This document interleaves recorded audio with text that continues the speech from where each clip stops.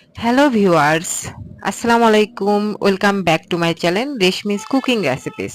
আমি প্রথমে বেগুন একটি কেটে নেব, তারপর সেগুলোকে লবণ, হলুদ আর শুকনা মরিচের গুঁড়া দিয়ে ভালোভাবে মেখে রাখবো 5 মিনিট। এরপর একটি কড়াই নেব, সেখানে সরিষার তেল নেব।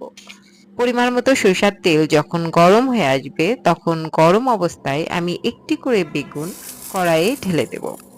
যখন বেগুনগুলো ওপিঠটা ভালোভাবে ভাজা হয়ে যাবে, তারপর বেগুনগুলো উল্টিয়ে দেব পরের বেগুনের পাশটা ভালোভাবে ভাজার জন্য। তো এইভাবে যতক্ষণ না বেগুনটা মানে লালচে কালার হয়, অর্থাৎ কড়াভাবে ভাজা হয়, ততক্ষণ পর্যন্ত আমরা সুন্দরভাবে ভাজতে থাকবো। তো এভাবে আমি 5 মিনিট ভাজার পর আমার বেগুনগুলো ভাজা হয়ে গেল। এবার আমি এগুলোকে উঠিয়ে নেব। তো কেমন লাগলো? লাইক, কমেন্ট এবং সাবস্ক্রাইব করবেন। ধন্যবাদ।